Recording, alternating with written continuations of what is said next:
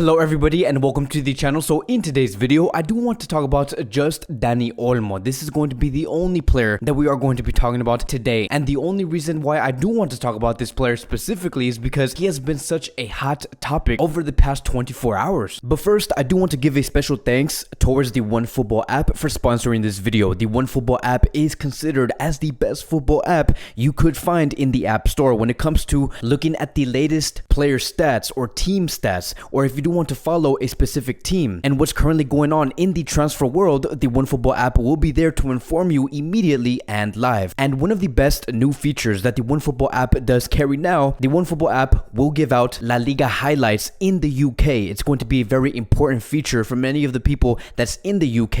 If you guys do want to watch any highlights regarding FC Barcelona, Real Madrid, Atletico Madrid, the OneFootball app will have that in store available on your phone. The only thing that you do have to do is go into the link that's in the description box. You would be able to download it, and then from there you would be able to follow your desired teams or players, and especially watch the new highlights within La Liga. But now let's get back into the video. Yesterday, a reporter did state that he did have some huge news to reveal, and it did have something to do with Barcelona trying to sign a brand new player. So many of us were waiting. We were like, okay, could it be Haaland? Could it be De Ligt, Mbappe? Could it be Neymar? Who is Barcelona trying to sign? That was the biggest mystery yesterday, but only to find out that Barcelona are actually very interested in one player, which is RB Leipzig's Dani Olmo. And Domenech has reported on Once that the player is open towards returning to FC Barcelona, and the club will do everything in their power to bring him back in January 2022. And let me tell you guys, this is not the first time we have heard Dani Olmo potentially moving to FC Barcelona. This past summer that we have just completed, Dani Olmo was linked to this club. For example, back on August 31st, it was stated by Sky Sports that Barcelona have shown interest in Dani Olmo, but RB Leipzig have not received any formal bid for him as of yet. The player Dani Olmo will actually stay here 100% for this upcoming season. And then later around September 2nd, Mateo Moreto has also reported that Dani Olmo is a real target at the club for the future, and the parties involved will meet to talk about his situation. So there were reports, there were some speculations going on around, and now we're hearing it again. Now we are hearing that both parties, Barcelona and Dani Olmo, they do want to come into an agreement. Barcelona have always been interested. And let's stop right here just for a second, right? Because let's take a step back and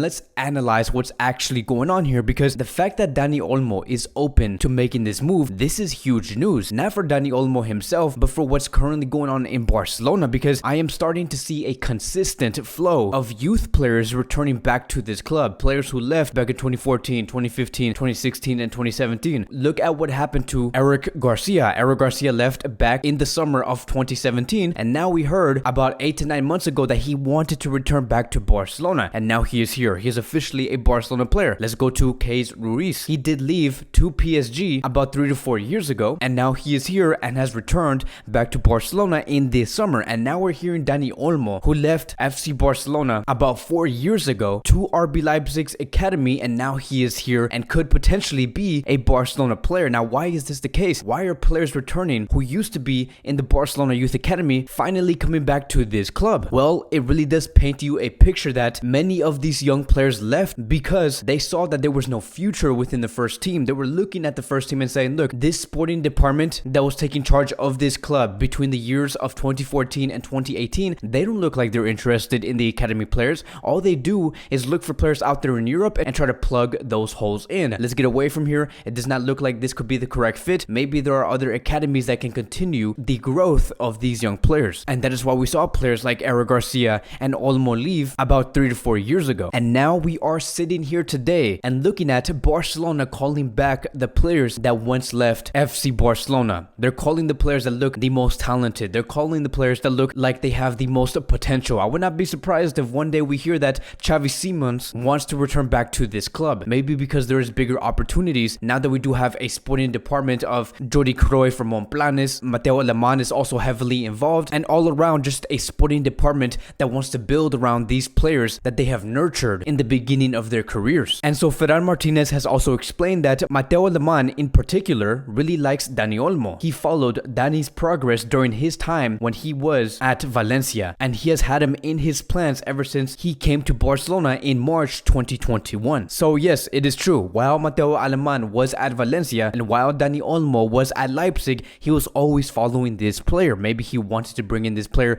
to Valencia. I have no idea, but he is a big fan of this player, which is why we are hearing his potential return. But now I do want to move on towards the skill set of this player. Let's step away from the background story of Dani Olmo, because now I do want to give my opinion, right, on who this player actually is, what does he provide, and what do we believe should be his value, which is going to be the most important section within this video. So we know that Dani Olmo is a very talented player. He's very skillful, he's very versatile, he can play in the midfield as a right winger, more specifically as an attacking midfielder, and I do think that in about 3 years he is going to be one of the best players in the world. Maybe not in the top 10 or top 15, but maybe in the top 25 to 30. And when he does play in the Spanish national team, Luis Enrique really does like using this player. And what we usually see coming from Dani Olmo is that he adds in the attacking play. Really pay attention to what I'm saying here. He adds in the attacking play. This is going to be very important for us to remember, and I'm going to be explaining why. Now, the reason why he is so good at adding to that attacking play is because his first touch inside and outside the box is 100%. It is world class. Now, of course, he can also score goals, he can provide assists, he's very capable to do both, but in the end, his biggest asset is to support the player that is dictating the play, which is now going to lead us towards his value. Because now we know who Dani Olmo is, what should be his value, because there has been reports, right, that Barcelona do have a total of 60 million euros ready to spend, and they have also said that they would be ready to spend 70 million euros for Dani Olmo. Now, here's the thing. I have said already, Dani Olmo is a great player, but to spend 70 million euros on a player like him, it is not worth it. Because look, this is a player that can add to your system, that can add towards a play. I do not think that this is a player that is definitive on the pitch, someone that can create goals on his own. And especially when you want to pay 70 million euros for this player, if you want to talk about a definitive player, someone who can mark that difference and create on their own, then bring players like an Erling Haaland, who is the biggest example. Then bring players like Kylian Mbappe, who is also the biggest example, or maybe someone like Neymar. These are players that can create on their own, someone who can be very definitive on the pitch and for a very long time. Dani Olmo is not that type of player. Dani Olmo supplements what those players are trying to dictate on the field. You see the difference, right? And this is something that gets me very nervous about this whole transfer, is the fact that this transfer does make sense, right? Dani Olmo is going to fit in this Barcelona system, but what does not make sense is the amount of money this club wants to pour to this player. 70 million euros is not the correct way. It is just not the answer. Like, if Dani Olmo were to come to Barcelona tomorrow, no one is going to be saying, oh yes, this is the man, this is going to be our light to success, this is going to be the one that's going to lead this attacking front three for many years to come. No one is going to be saying that. So I would say that the max value for this player should be around 35 million euros to 40 million euros at the absolute max. I just do not see why it should be so necessary for Barcelona to invest more than 40 million euros on a player like him. And if Barcelona actually are ready to spend 70 million euros in January 2022, then at least spend that on a great world-class center back. That is what we need. Or if not, if you don't want to do that, then don't spend those 70 million euros. Finish off that season, go through the January transfer window, go into the summer of 2022, and hopefully by that time you have more money accumulated for a player like Erling Haaland, right? Save your money, use it wisely. We know where we came from, and every penny does count. Now look, Erling Haaland is not going to be just 75 million euros. There is the commissions, there is the bonuses, there is the salary. So 75 million euros for Erling Haaland is the first part, then paying 40 million euros in total for the commission of both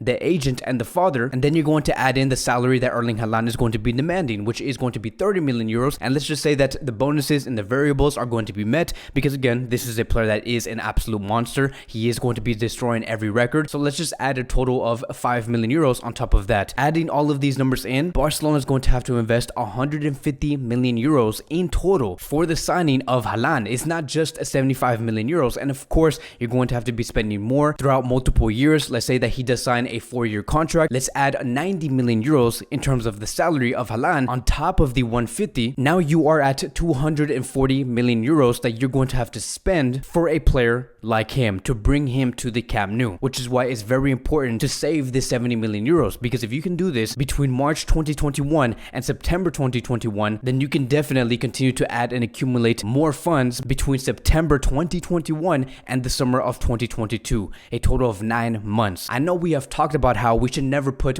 all of our eggs in one basket, but for a top player who is clearly going to be here for the next 10 years, then yes, you should do it. And the one thing that will be stopping you from doing so would be to spend 70 million euros on a player like Dani Olmo. That is just not the way. So hopefully, right, we can renegotiate this fee, because this is a player that I do want to see wear the Barcelona shirt next season, or maybe in this season if possible. I would say if it's going to be 35 to 40 million euros, bring this player in. He is a great player, but we're going to have to see how all of this does evolve. That is going to be wrapping up today's Barcelona Daily News. Thank you guys so much for watching. If you guys are new here, welcome to the channel. Please like, subscribe, comment, and I will see you guys in the next video.